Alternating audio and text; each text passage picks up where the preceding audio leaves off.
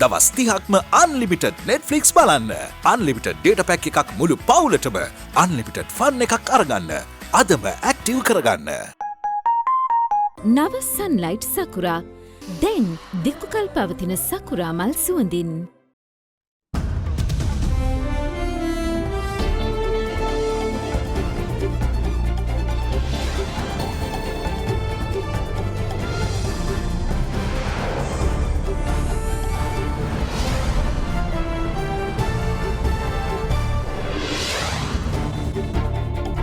අද 2020 ඔක්තෝබර් 3 සෙනසුරාදා සිරස්තල. කොවිඩ් වැළැඳී අමරිකානු ජනාධිපති ගුවනින් රෝහලට ජනපති ගෝඨාභය ඉක්මන් සුව ප්‍රාර්ථනා කරයි. හෙරොයින් කිලෝග්‍රෑම් 15ක් සමග 7 දෙනෙකු අත්අඩංගුවට වටිනාකම කෝටි 15ක්. හිටපු ඇමති බදියුදීන්ගේ සහෝදරයෙකු නිදහස් කිරීම ගැන කාදිනල් හිමිට සැකයක්. අප්‍රසාදය සහ කනගාටුව පළ කරයි. මේ තුළ යම් ආකාරයක දේශපාලන ඩීල් එකක් තියෙනවද කියන සැකයකුත් ඇති වෙලා තියෙනවා. හිටපු ඇමති බදියුදීන්ට ආණ්ඩුවට එක්වීමට ඉඩ දෙන්නේ නැහැ. ඇමති විමල්ගෙන් ප්‍රකාශයක්. අපි හදපු ආණ්ඩුවේ අපි ඉන්නවා. එකතු වෙන්න ආවොත් එළවනවා එච්චරයි. ඇල්කොහොල් අඩංගු හෑන්ඩ් සැනිටයිසර් භාවිත කරන්න. ලෙඩ රෝග ඇති කරන විෂ බීජවලට එරෙහිව සටන් කරන්න. හඳුන්වා දීමේ මිල රුපියල් 350යි.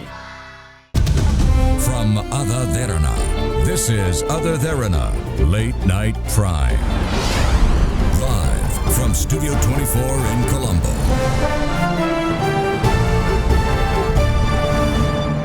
ආයුබෝවන්. ඔබ අදත් එක්වන්නේ අද දෙරණ රාත්‍රී 10 ප්‍රධාන ප්‍රවෘත්ති විකාශයත් සමගින්. පොලිස් මද්‍රව්‍යනාශක කාර්යාංශය විසින් කලකට පසු සිදු කළ සාර්ථක වැටලීමකින් හෙරොයින් කිලෝග්‍රෑම් 15කට අධික ප්‍රමාණයක් සමග සැකකරුවන් 7 දෙනෙකු අත්අඩංගුවට ගෙන තිබෙනවා. පොලිසිය පැවසුවේ මෙම හෙරොයින් තොගේ වටිනාකම රුපියල් කෝටි 15කට අධික වන අතර සැකකරුවන් අවස්ථා 3කදී දංකොටුව කොස්වත්ත ප්‍රදේශයේදී අත්අඩංගුවට ගත් බවයි.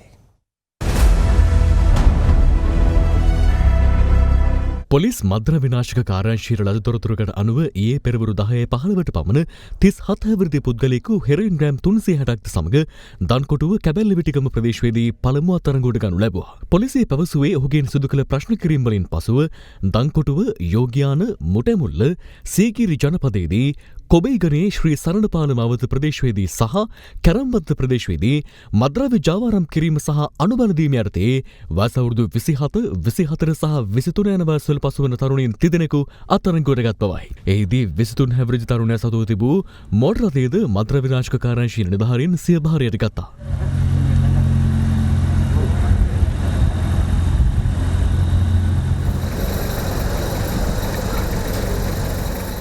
මෙම තරුණයින්ගෙන් කළ ප්‍රශ්න කිරීම් වලින් පසුව තවත් දෙදෙනෙකු දන්කොටුව බෝතලේගම හන්දිය සිරිගම්පල ප්‍රදේශයේදී ඊයේ රාත්‍රී 7:20ට පමණ අත්අඩංගුවට ගනු ලබන්නේ හෙරොයින් කිලෝග්‍රෑම් 2යි මිලිග්‍රෑම් 232ක් යතුරුපැදියකින් ප්‍රවාහනය කරමින් සිටියේදී ලුණුවිල ප්‍රදේශයේ පදිංචිකරුවන් වන ඔවුන් වයස අවුරුදු 30 සහ 35 වියේ පසුවන්නන්. මොවුන් දෙදෙනා කළ අනාවරණයකට අනුව මද්‍රව්‍ය ජාලයේ ප්‍රධානියා සම්බන්ධයෙන් තොරතුරු අනාවරණ කර ගැනීමට පොලිස් මද්‍රව්‍ය විනාශක කාර්යාංශයට හැකි වෙනවා. ඒ අනුව ජාවාරමේ ප්‍රධානියා ඊයේ රාත්‍රී 7:55ට පමණ අත්අඩංගුවට ගනු ලබන්නේ බොරළගොඩැල්ල නැගෙනහිර කිරිමැටියාන දුනුවිල ප්‍රදේශයේ පිහිටි නිවසකදී. එහිදී නිවසේ තිබී හෙරොයින් කිලෝග්‍රෑම් 13යි ග්‍රෑම් 405ක් සොයා ගනු ලබනවා. සැකකරුවන් අද මාරවිල මහේස්ත්‍රාත් අධිකරණයට ඉදිරිපත් කිරීමෙන් අනතුරුව දින 7ක් රඳවා තබාගෙන ප්‍රශ්න කිරීමට අවසර හිමි වෙනවා.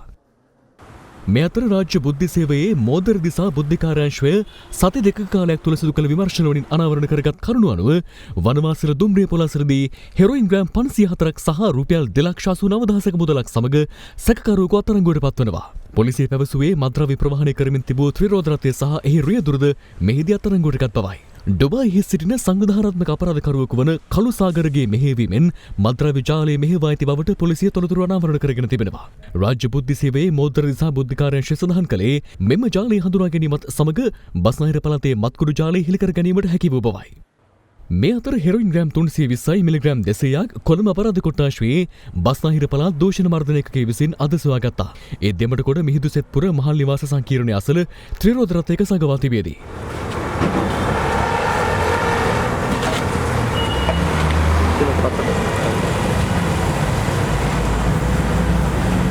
කොළඹ මැගසින් බන්ධනාගාරයේ සිටින සිරකරුවෙකු විසින් මෙම ජාලය මෙහෙවන අතර අද අත්අඩංගුවට ගත්තේ ඔහුගේ සමීපතමෙකු වන මනී රවීන්ද්‍ර නම් පුද්ගලයෙක්. මේ අතර විවිධ මනුෂ්‍ය ඝාතන සහ අපරාධවලට සම්බන්ධ නේවිරුවන් නැමැති පාතාල සමාජිකයෙකුගේ ගෝලයෙකු බව පැවසෙන 22 වසරේ අශාන් මදුසංක නොහොත් තිලක් බඩා නැමැත්තා අද අලුයම මෝටරයකින් ගමන් කරමින් සිටියේදී මීගොඩ පොලිසිය අත්අඩංගුවට ගත්තා. මෝටරතිය පරීක්ෂා කිරීමේදී එහි තිබූ කාන්තා අත්බෑගයක රුපියල් ලක්ෂ 2.5ක් වටිනා මැන්ඩිග්‍රෑම් 50ක් සොයාගෙන ඇති අතර සැකකරුගේ පාවාහන් තුල තිබී හෙරොයින් ග්‍රෑම් 20ක්ද සොයාගෙනුණා. එසේම සැකකරු සන්තකයේ තිබූ නේවිරුවන්ට අයත් බව කියන ගිනිඅවියක මැගසිනයක් සමග උණ්ඩ 6ක්ද පොලිස් පහරට ගත්තා. එහි ගිනිඅවිය එසවීම සඳහා හෝමාගම නියදගල පිහිටි දෙබහල් නිවසක් පරීක්ෂා කිරීමට පොලිසිය සැකකරු සමග එම ස්ථානයට ගොස් ඇති අතර එහිදී සැකකාර අශාන් මදුසංක නැමැත්තා පලා යාම සඳහා දෙවන මහලින් බිමට පැන තිබෙනවා. එහිදී බරපතල තුවාල ලැබූ සැකකරු මේ වන විට හෝමාගම මූලික රෝහලේ පොලිස් ආරක්ෂා වර්තයේ ප්‍රතිකාර ලබන අතර සැකකරුගේ අනියම් බිරිඳ බව පැවසෙන 26 වසරේ කාන්තාවක්ද අද උදෑසන මීගොඩ පොලිසිය මගින් අත්අඩංගුවට ගැනුණා.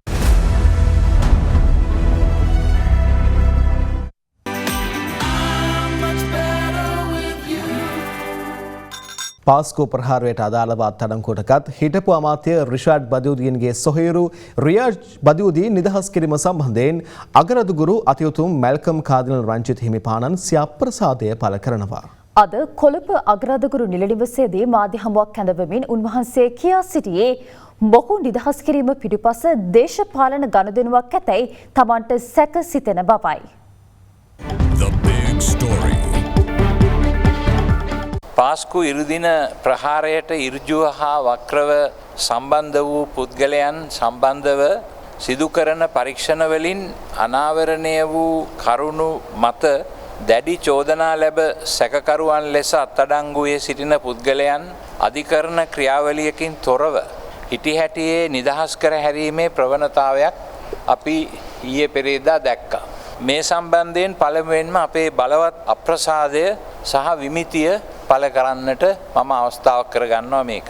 විශේෂයෙන්ම මේ පාස්කු දින ප්‍රහාරයේ වින්දිතයන් අතර ඇති වෙලා තියෙන මේ කනගාටුදායක හා අවාසනාවන්ත තත්ත්වය සම්බන්ධයෙන් ඒ අය දැඩි කැළඹීමකට සහ දැඩි වේදනාවකට පත්වී සිටිනවා. ඔවුන් බලාපොරොත්තු වෙනවා යුක්තියයි සාධාරණයයි රට පාලනය කරන අයගෙන් ඔවුන්ට ලැබෙයි කියලා. කලින් පොලිස් මාධ්‍ය ප්‍රකාශකතුමා මේ එක්කෙනෙක් ගැන කියාපු දේවල් අපිට මේ රෙකෝඩ් කරලා තියෙනවා අපි ගාව. ඔව් අත්අඩංගුවට අරගත්තේ මේ සම්බන්ධයෙන් විමර්ශන කරගෙන යද්දී අපිට අනාවරණය වුණා. ඍජුවම සම්බන්ධතාව පවත්වලා තියෙනවා මේ ස්ථිරයි ඒ වගේම ඔබට විශ්වාසයි සහ පොලිසියට විශ්වාසයි ඔහු හා සබඳකම් පවත්වා තිබෙන බව මේ ත්‍රස්තවාදී සංවිධානය. පැහැදිලිවම චතුර තහවුරු තොරතුරු තිබෙනවා කියලා ඔබතුමා කියන්නේ. පැහැදිලිවම. යම් කිසි පරස්පර විරෝධීතාවයක් තියෙනවා මේ අපේ අපරාධ පරීක්ෂණ දෙපාර්තමේන්තුවේ වැඩපිළිවෙල තුල. මේ තුල යම් ආකාරයක දේශපාලන ඩීල් එකක් තියෙනවද කියන සැකයකුත් මගේ සිත තුළ ඇති වෙලා තියෙනවා මේක දිහා බැලීමේදී. ඒ නිසා මම ආරාධනය කරනවා කරුණා කරලා මේ වැඩපිළිවෙල ඉදිරියට යන එක නවත්වන්න. ඒ වගේම මේ මෙතනදී මොකද්ද සිදු වුනේ කියන එක ගැන පරීක්ෂණයක් පවත්වන්න.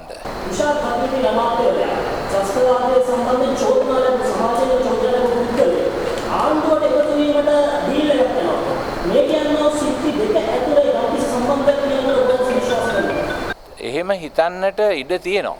ඒ හිටපු ඇමතිතුමා සමග පහුගිය දවස්වල අමුතුම ජාතියේ සුහදතාවයක් ඇති වෙලා තිබීම පිළිබඳව අපි දැකලා තියෙන දර්ශන වලින් පැහැදිලි වෙනවා මොකක් හරි හේතුවක් ඒක පිටුපස්සේ ඇති කියලා. මේක දියාරු වෙමින් පවතින ඒක තමයි අපි කිව්වේ දියාරු වෙමින් පවතිනවා කියලා මේ CID එකේ ඉන්වෙස්ටිගේෂන් එක. අපි ඊයේ පොලිස් මාධ්‍ය ප්‍රකාශයෙන් ඇහුවා මේ දැන් මොකක්ද හේතුව නිදහස් කරන්න කියලා. යා කියන්නේ සාක්ෂි නැත්තම් නිදහස් කළ යුතුමයි තියාගෙන ඉන්න බෑ මේ. ඒ වුණාට සාක්ෂි ගැන කතා කරලා කිව්වේ වෙන දෙයක් නේ මාස 5කට ඉස්සෙල්ලා. ත්‍රස්තවාදී කණ්ඩායමත් සමග පවත්වපු දුරකථන සංවාද පවා ඒගොල්ලෝ ගාව තියෙනවයි කියන එක CID එකේ උදවිය අපිට කිව්වා.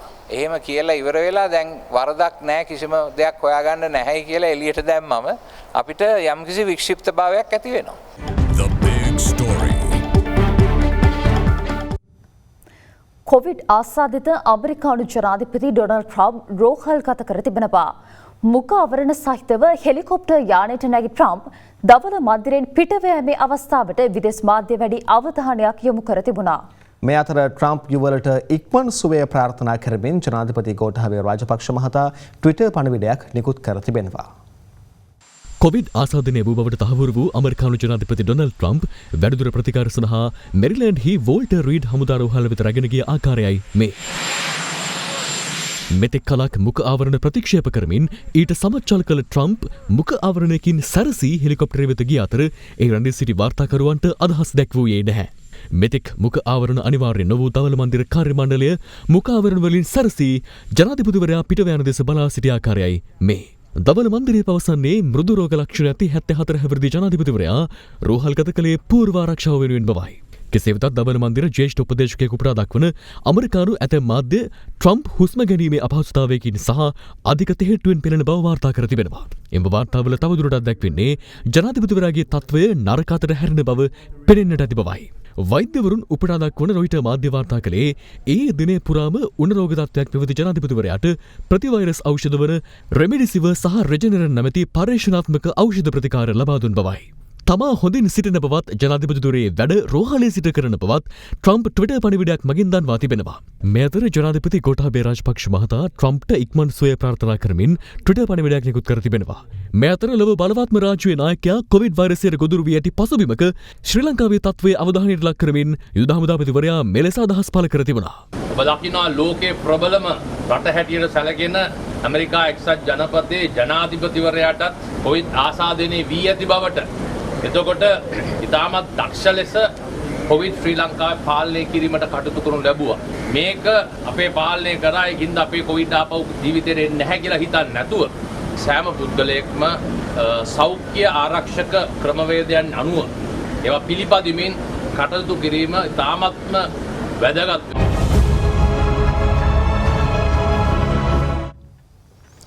දෙවන වරටත් ජනාධිපතිවරණයට තරඟ කිරීමට අපේක්ෂාවෙන් සිටි හිටපු ජනාධිපති මෛත්‍රීපාල සිරිසේන මහතාට පාස්කු ප්‍රහාරය කළු පැල්ලමක් වූ නිසා තමා සහ හිටපු පොලිස්පතිවරයා දේශපාලන බිලිදීමකට ලක් කළ බව හිටපු ආරක්ෂක ලේකම් හේමසිරි ප්‍රනාන්දු මහතා පවසනවා.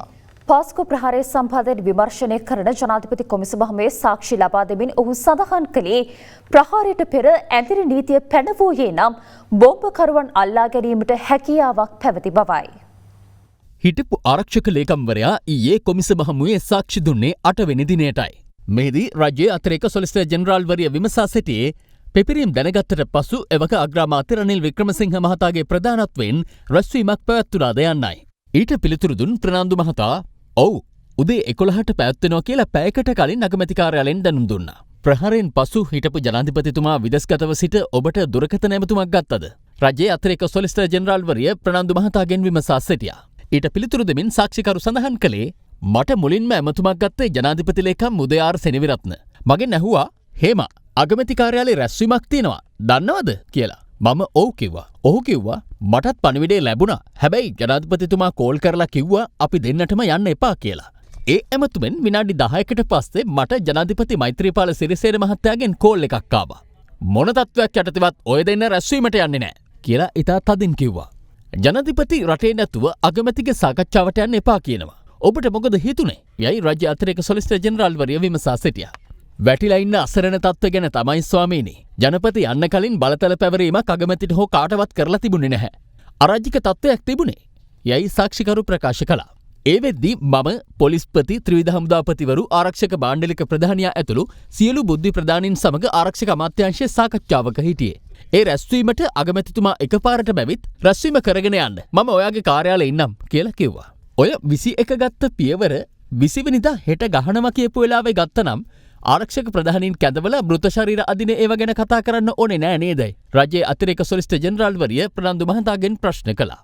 මට ඒකට නම් උත්තර දෙන්න බැහැ. අපි පොලිස් ඇඳිරි නීතිය දැම්මත් ඔවුන්ගේ ඉලක්ක සපුරනවා. 20 වෙනිදා සහරාන් ශැංග්‍රීලායකට ඇවිත් ඉවරයි. මේ තොරතුරු සියල්ල බුද්ධ්‍යංශ සතුව තිබුණා ස්වාමීනි. ඒකයි ප්‍රහාරය වෙලා සති දෙකක් යද්දී මේකට සම්බන්ධ 200 ගණක් අල්ලගත්තේ. මම වගකීමෙන් ගැලවෙන්න නෙවෙයි කියන්නේ. බෝම්බකාරයෝ බෝම්බ බැඳගත්තට පස්සේ එයාලා නවත්තන්න බෑ. බෝම්බ අඳින්න කලින් නවත්තන්න ඕනේ. ඔබ දන්නවද කිංස්බරි ප්‍රහාරකයා මුබාරක් 20 වෙනිදා රෑ ගෙදර ගිහින් ඇවිත් තිබුණා. එදා රෑ සහරන් හා ඉල්හම් ශැංග්‍රිලා හෝටලේ එළියට ඇවිත් ආයාවා. පොලිස් ඇඳිරි නීතිය දැම්මනම් මාර්ග බාධකවලදී නවත්තලා බලනවා නේද? එහෙමනම් ඔවුන් පහසුවෙන්ම අත්අඩංගුවට ගන්න තිබුණා නේද? රජයේ අතිරේක සොලිසිටර් ජෙනරාල්වරිය හේමසිරි ප්‍රනාන්දු මහතාගෙන් විමසුවා. පහසුවෙන් කියලා මම දන්නේ නැහැ. නමුත් අත්අඩංගුවට ගැනීමක් කරන්න තිබ්බා. වනාතවිල්ලුවේදී සහරන්ලා බෝම්බ හැදුවේ මිනිස්සුන්ට විකුණන්නද?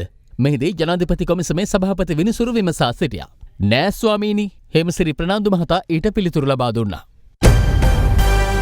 පාර්ලිමේන්තුවට ඉදිරිපත් කර තිබෙන ආණ්ඩුක්‍රම ව්‍යවස්ථා 20 වන සංශෝධන පනත් කෙටුම්පත සම්බන්ධයෙන් ශ්‍රී ලංකා නිදහස් පක්ෂයේ යෝජනා ඇතුළත් ලිපිය අග්‍රාමාත්‍ය මහින්ද රාජපක්ෂ මහතා වෙත යොමු කරන බව එම පක්ෂයේ මහලේකම් රාජ්‍ය අමාත්‍ය දයාසිරි ජයසේකර මහතා පවසනවා. අදාළ කෙටුම්පතට එරෙහි පෙත්සම් වැඩිදුර විභාගය ලබන සඳුදා දිනයේත් පැවැත්වෙනවා. රජය විසින් පාර්ලිමේන්තුවට ඉදිරිපත් කර තිබෙන ආණ්ඩුක්‍රම ව්‍යවස්ථාවේ 20 වැනි සංශෝධන පනත් කෙටුම්පත අභියෝගයට ලක් කරමින් ගොනු කර තිබූ පෙත්සම් පිළිබඳ වැඩිදුර විභාගය ලබන සඳුදා දක්වා කල් තැබීමට ශ්‍රේෂ්ඨාධිකරණ පංචපුද්ගල විනිසුරු මඩුල්ල ඊයේ තීරණය කළා. පෙත්සම් විභාගය 3 වන දිනට ඊයේ කැඳ වූ අවස්ථාවේ 20 වැනි සංශෝධන පනත් කෙටුම්පතේ ව්‍යවස්ථානුකූල භාවය පිළිබඳව අධිකරණය හමුවේ නීතිපතිවරයාද කරුණු දැක්වුවා. ආණ්ඩුක්‍රම ව්‍යවස්ථාවේ 19 වන සංශෝධනය තුළින් ජනාධිපතිවරයාගේ නිල කටයුතු වලට එරෙහිව මූලික අයිතිවාසිකම් පෙත්සම් ඉදිරිපත් කිරීමට සලසා දී තිබූ අවස්ථාව යෝජිත 20 වන සංශෝධන පනත් කෙටුම්පත තුළින් අහිමි කර ඇතැයි පෙත්සම්කාර පාර්ශවය විසින් චෝදනා කර තිබූ විරෝධතාවයට එහිදී නීතිපතිවරයා කරුණු දක්වනු ලැබුවා. ජනාධිපතිවරයාට මුක්තිය මුලින්ම ප්‍රදානය කෙරුණේ 1978 වසරේ සම්මත කරගත් වත්මන් ආණ්ඩුක්‍රම ව්‍යවස්ථාව තුළින් බව එහිදී සඳහන් කළ නීතිපතිවරයා එම මුක්තිය 2015 වසර තෙක් බොහෝ ජනාධිපතිවරු විසින් භුක්ති විඳි බවද සඳහන් කළා. ජනතාවගේ පරමාධිපත්වය ක්‍රියාත්මක වන්නේ විධායකය, ව්‍යවස්ථාදායකය සහ අධිකරණය යන ආයතන හරහා බවත් එම එක් ආයතනයක් සතු බලයක් කප්පාදු කිරීමට හෝ එය වෙනත් ආයතනයක් වෙත හුවමාරු කිරීමට හැකියාවක් නොමැති බවද මෙහිදී නීතිපතිවරයා පෙන්වා දුන්නා. වත්මන් 20 වැනි සංශෝධන පනත් කෙටුම්පතේ අඩංගු ඇතැම් වගන්ති පසුගිය 18 වන ව්‍යවස්ථා සංශෝධනය තුලද ඇතුළත්ව තිබූ බව පෙන්වා දුන් නීතිපතිවරයා එම වගන්ති ජනමත විචාරණයකින් තොරව පාර්ලිමේන්තුවේ 3/2ක බහුතර ඡන්දයකින් සම්මත කළ හැකි බව ශ්‍රේෂ්ඨාධිකරණය විසින් එම වකවානුවේ තීන්දුව කර තිබූ බව සඳහන් කළා. මෙරට තුළ දෛනික දුම්වැටි සහ මධ්‍යසාර වෙනුවෙන් රුපියල් කෝටි 99ක මුදලක් වියදම් කරන බව මත්පැන් සහ මත්ද්‍රව්‍ය තොරතුරු මධ්‍යස්ථානය පවසනවා. එම මධ්‍යස්ථානය පවසන්නේ මත්පැන් සහ මධ්‍යසාර භාවිතයෙන් දෛනිකව මෙරට පුද්ගලයන් 80කට වැඩි ප්‍රමාණයක් ජීවිතක්ෂයට පත්වන බවයි. ලෝක අමද්‍යප දිනය අදට යෙදී ඇති බැවින් තිබෙන්නේ සෑම සුරාසලක්ම අද දින වසා දමා තිබුණා. මෙරට සමස්ත මධ්‍යසාර භාවිත කරන්නන් අතරින් 84ක් ස්ප්‍රීතු ආශ්‍රිත මධ්‍යසාර භාවිත කරන බවද 13ක් බියර්, 1ක් වයින් සහ 2ක ප්‍රමාණයක් වෙනත් මධ්‍යසාර භාවිත කරන බවද හෙළි වී තිබෙනවා. මෙරට වැඩිම මධ්‍යසාර අලෙවිසැල් පිහිටා ඇත්තේ නුවරඑළිය දිස්ත්‍රික්කයේ වන අතර කොළඹට වඩා දෙගුණයක ප්‍රමාණයක් නුවරඑළිය දිස්ත්‍රික්කයේ මධ්‍යසාර අලෙවිසැල් පිහිටා ඇති බව මත්පැන් සහ මත්ද්‍රව්‍ය තොරතුරු මධ්‍යස්ථානය පවසනවා. එමෙන්ම මෙරට වැඩිම ඒකපුද්ගල මධ්‍යසාර පරිභෝජකයින් පිරිසක් සිටින්නේද නුවරඑළිය දිස්ත්‍රික්කයේ. දෛනිකව රුපියල් කෝටි 59ක් වැය කරමින් මත්පැන් පානය කරන ජනතාව අතරින් 40 දෙනෙකු විවිධ රෝගාබාධවලට ලක්ව මිය යනවා. දෛනිකව රුපියල් කෝටි 4000ක මුදලක් දුම්පානය සඳහා ජනතාව වැය කරමින් සිටිනවා. දුම්වැටි භාවිතයෙන් නැති වූ රෝග පීඩාවලින් දෛනිකව මිය යන සංඛ්‍යාව 40ක් වන අතර වාර්ෂිකව මෙරට පුද්ගලයන් 15000ක් මිය යනවා. දැනටමත් පාර්ලිමේන්තුවේදී සම්මත කරලා තියෙන මධ්‍යසාර පාලනය පිළිබඳ ජාතික ප්‍රතිපත්තිය ක්‍රියාත්මක කිරීම ක්‍රමවත් ප්‍රතිපත්ති හරහා රටේ උද්දමනයට සාපේක්ෂව අරක්කු බියර ඇතුළු මධ්‍යසාරවල මිල වැඩි කිරීම සිදු කළ යුතුයි. ඒ වගේම මධ්‍යසාර නිෂ්පාදනය සඳහා අවම මිලක් නියම කිරීම. මෙමගින් අඩු මිලට බියර අලෙවි කර මධ්‍යසාර සමාගම් විසින් තරුණයන් පොළවා ගැනීම ආම කිරීමේ හැකියාව ලැබෙනවා. ඒ වගේම අඩු මිලට ලබා ගත හැකි විශේෂයෙන් මේ දවස්වල කතා බහට ලක් වෙන කාලේ බෝතල් තහනම් කිරීම, ඒ වගේම බියර් ටින් තහනම් කිරීම තුලින් තරුණයන් මධ්‍යසාර වලට යොමු වීම ආම කරගන්න පුළුවන් වෙනවා. ඉතින් සිගරට් භාවිතය ආම කිරීමට මොකද්ද කළ යුත්තේ කියලා බලපුවම දැනට බොහොම තදින්ම ක්‍රියාත්මක කර යුතුයි. මේ 1-2 වශයෙන් එහෙම නැත්නම් තනිව අලෙවි වන සිගරට් තහනම් කිරීම කළ යුතුයි. ඒ වගේම සම්මත ඇසුරුම් කරණය කිරීම නීතිගත කරන්න ඕනේ. ඒ වගේම අධ්‍යාපන ආයතනයක සිට මීටර 100ක් ඇතුළත දුම්වැටි අලෙවි කරන ස්ථාන පවත්වාගෙන යාම තහනම් කරන්න ඕනේ. රාජකාරියට මුවාවී කප්පම් ලබා ගන්නා පිරිසක් ගැන අද දරන උකුස්සා අනාවරණ කරගත්තා. මේ හෙළිදරව්ව ඒ පිළිබඳ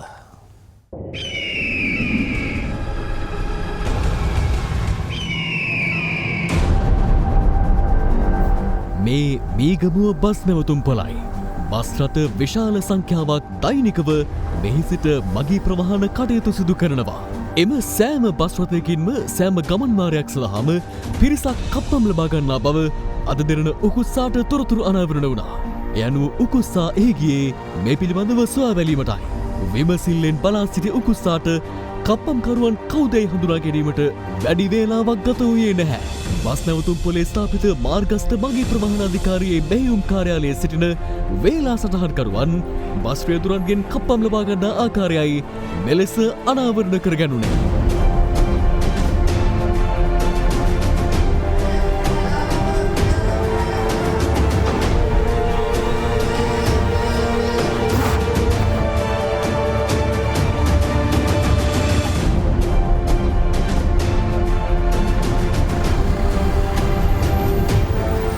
එක් බස් රථයක් දිනකට මෙම ස්ථානයට වාර 5ක් පමණ පැමිණෙනවා. ඒ සෑම අවස්ථාවකම රථයක් රුපියල් 300ක මුදලක් මොවුන්ට ගෙවිය යුතු බවයි බස් රථ රියදුරන් පවසන්නේ.